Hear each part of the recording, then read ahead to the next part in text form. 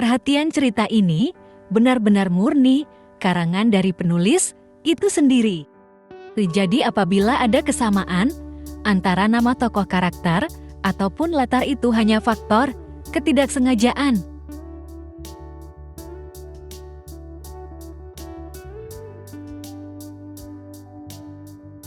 Berulang kali Asya membuang pandangannya, namun sosok itu tetap melihat ke arahnya. Ia mengepalkan tangannya erat, dada terasa sesak, keringat dingin mengalir di pelipis dan tangannya terasa basah. Tidak salah lagi Asya adalah tujuan orang itu. Asya tidak bisa melihat jelas siapa sosok itu. Karena di bawah seperti lautan manusia di sana. Sekali lagi Asya mencoba menatap sosok itu. Dengan seksama, sosok itu membawa sebuah kertas dengan tulisan yang sama dengan yang ia temukan saat di mobil kemarin. Yan, kamu kenapa? Kok dingin? Wajah kamu pucat? Tanya Saka terlihat khawatir. Setelah menggenggam telapak tangan, Asya yang terasa dingin. Aku nggak apa-apa kok, aman. Asya mencoba menekan rasa takutnya dan memberikan senyum paksa kepada Saka agar tunangannya ini tidak merasa khawatir. Indah banget ya Sak pemandangannya. Lihat deh di ujung sana, itu kantor ayah kan? Asya mencoba mengalihkan pembicaraan agar sang tunangan tidak curiga. Asya menunjuk jauh, di sana gedung pencakar langit yang paling tinggi di sana. Hain, itu perusahaan aku bukan ayah. Karena sudah dialihkan namaku sama kakak, ujarnya dengan sombong. Iya yang paling kaya dari lahir, cibir Asya. Beberapa putaran akhirnya biang lala itu berhenti. Satu persatu petugas yang berjaga membukakan pintu kabin dan menurunkan penumpangnya hingga giliran Saka dan Asya.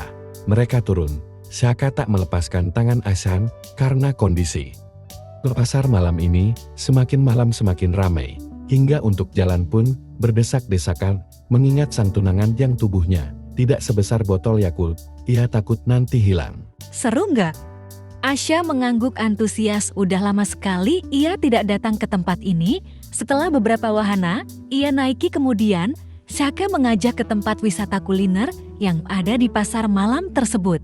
Aroma makanan yang menggugah selera, memenuhi udara dari bakso, sate, gorengan, hingga minuman es manis yang berderet di setiap stand-stand yang berjejer. Kamu bisa mendengar suara penjual yang menawarkan dagangan mereka, bercampur dengan musik dangdut atau pop lokal yang dimainkan dari pengeras suara.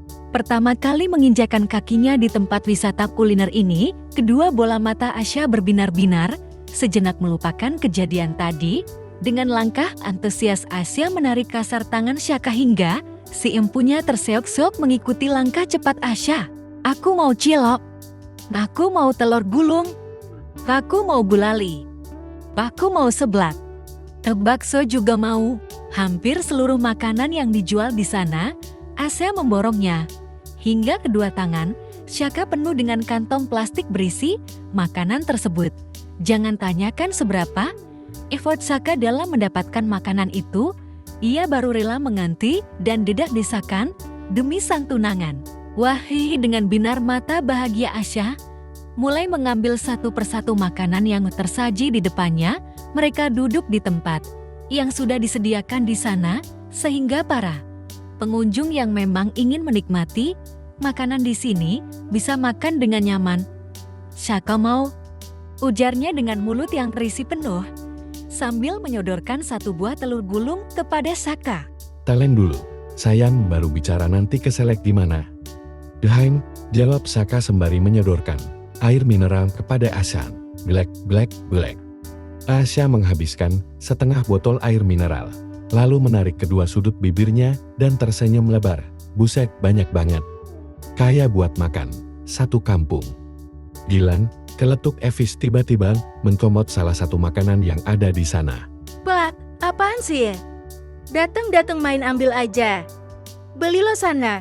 Asya menggeplak tangan Evis hingga makanan yang diambilnya jatuh ke bawah.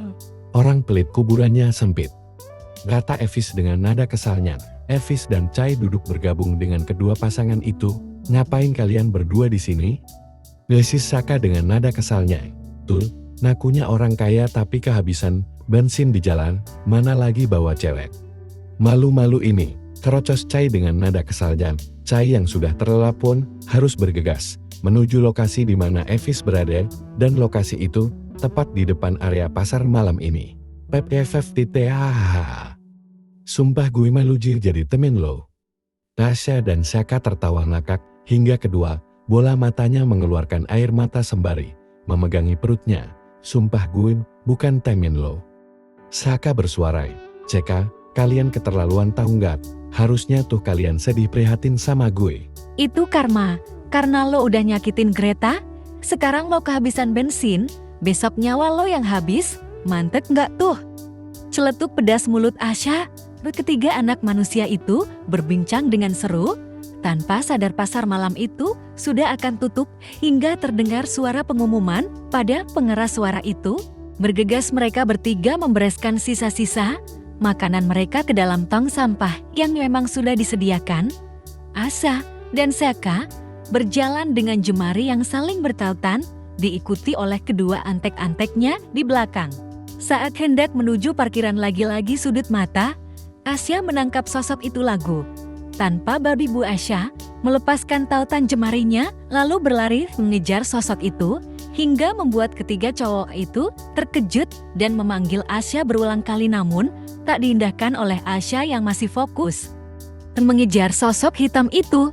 Asya dengan langkah lebarnya berlari mengejar sosok hitam itu, mata tajam dan instingnya ia gunakan menyapu seluruh pandangan di mana sosok itu berlari dengan begitu cepat, hingga membuat Asya sedikit kesusahan mengingat mereka tengah berada di parkiran mobil yang begitu padat, terlebih orang berlalu lalang di sana yang hendak mengambil mobil hendak pulang. Asya berhenti, nafasnya tersengal-sengal, disusul dengan ketiga cowok itu. Sayang, kamu ngejar siapa sih? Tanya Saka dengan penasaran diangguki kedua temannya. Yah, otak Asya berpikir alasan apa untuk menjawab pertanyaan Saka. Gitu ada copet, apa kalian gak denger? Pada yang kecopetan, ujar Asya berbohong. Iya kah? Lo denger Cai? Evis menggeleng. Udah pergi copetnya, gak kekeja, lebih baik kita pulang. Asya menarik tangan sang kekasih lalu berjalan menuju tempat mobil Saka terparkir.